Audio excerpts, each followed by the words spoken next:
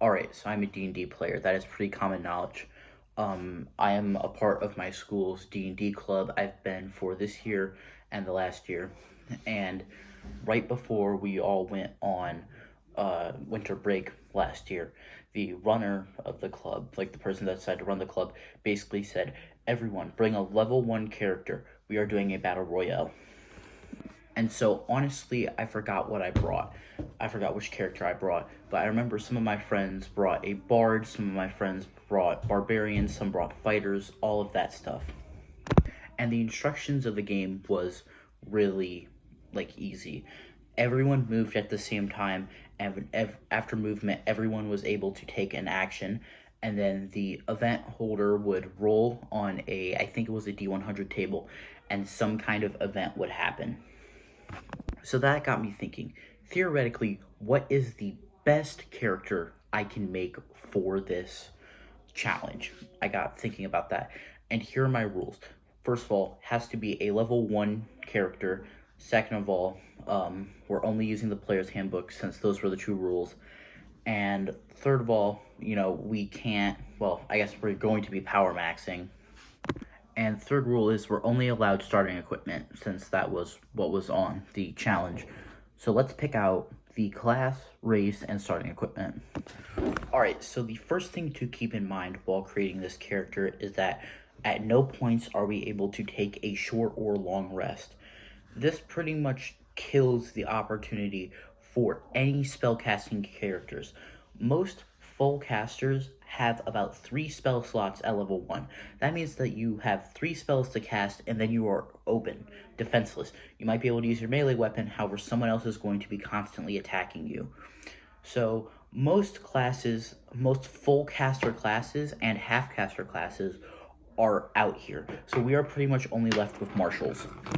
I'm also going to be crossing out Monk because Monk at this level 1 just doesn't have enough abilities. They don't have access to their key points, and they are too reliant on their martial arts, which they can't really use at this stage. Alright, so that brings our class options to Barbarian, Fighter, and Rogue. Originally, I was thinking about a Fighter because there is very little ways to heal yourself in this thing, and fighters get second wind at level 1, but that is only a one-time ability allowing you to regen 1d10 health. Theoretically, let's say that I was playing a fighter and I was to roll my second wind. This is a one-time ability every short rest, so you get to use this once throughout the entire battle. I would have gained back 10 health there. I rolled a 10, but let's say theoretically I go to use that ability and I roll a 1 or a 2. Then I wasted my single class ability for the entire rest of the run. So unfortunately, I have to cross off Fighter. They just don't have enough going for them. They don't have access to magic because they don't have their subclasses. They don't have second wind. Or, well, they do have second wind. Sorry, I misspoke. They don't have Axe and Surge. And while the proficiencies and different starting equipments are nice, they just don't have enough to back them up. So that leaves Barbarian and Rogue. The main thing, this battlefield was pretty barren. There's pretty much nothing there, so unless you had someone that you were willing to team with to cast a spell like Fog Cloud or something else like that, then you really couldn't hide. So that also crosses off Rogue, so we are left with Barbarian.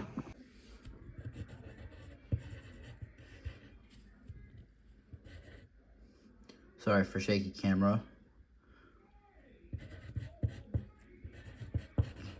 That handwriting sucked. So next up, this brings us to our race. We have a lot of good options here, and since we are playing a barbarian, we do not have access to stuff like heavy armor or any stuff like that in our starting equipment. So that immediately gets rid of gnomes. Their biggest, I guess their biggest supporter in this race is the fact that if you play a rock gnome, I believe, then you get proficiency in heavy armor, which is very powerful. Next thing to go is human. A +1 to all of your stats is very powerful. Once again, a feat is also very powerful. However, that's not really going to help you that much, and you need a high constitution if you want to have more hit points. Next up, we have half elf. Um, it's all right. You get +2 in one, and then I think +1 in any of your choice. However, it just doesn't make the cut because it's not that good. It doesn't really have anything going for it. It has dark vision. However, this entire scenario took place in wide daylight. Half orc is something I thought about. You are quite literally too mad to die, and that could definitely save you. But if someone is attacking you, then it's more likely that they are also going to try to move with you and attack with you the next turn. So that just wasn't that good. So I'm crossing that off. So we have dwarf, elf, halflings, and tieflings next. Dwarfs, your movement speed, bro, 25 feet. Not good here. Elves, mediocre. Also, intelligence isn't really a good factor here. So we are left with halfling and tiefling. Now, tiefling is really good because you get resistance to fire. A lot of people might find a source of fire through a event or through some item or spell, so they could also be really good. However, I'm crossing them out because tieflings easily win here. The reroll on every one is really, really powerful, and so the fact that that could be a huge factor whenever it comes to hitting someone or getting hit by a spell or something.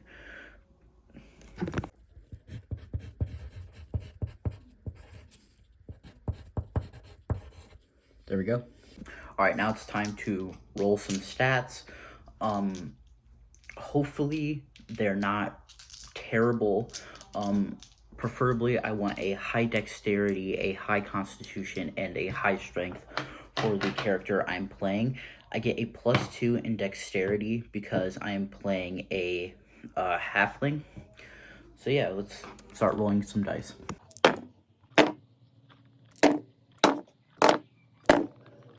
Alright, so we got some decent scores here. We got a 14, a 9, a 12, a 16, a 13, and an 8. Now, I would prefer some higher scores. However, I'm going to put the 9 and 8 into intelligence and wisdom. So 9, 8. You have to remember that during this challenge, you want to be beefy and fast instead of being intelligent. So next up on dexterity, we are going to do a 12,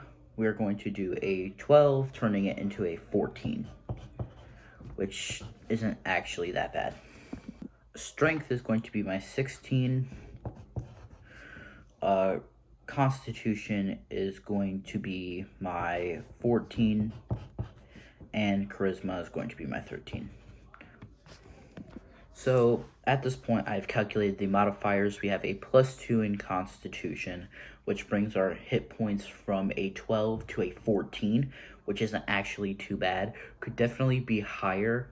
However, our character is strength-based, and because of that, we need to have the highest strength and a decent constitution. I just explained this to y'all. And so this is the finished character sheet. We are a barbarian halfling with a 14 armor class, 25 feet of movement, and +2 initiative. We have 14 hit points, which isn't actually too bad. We have the rage and lucky feature and a great axe. I didn't fill out a lot of this stuff since I'm not actually going to be using this character sheet to play, but here are an overview of the stats. A lot of -1s. So yeah.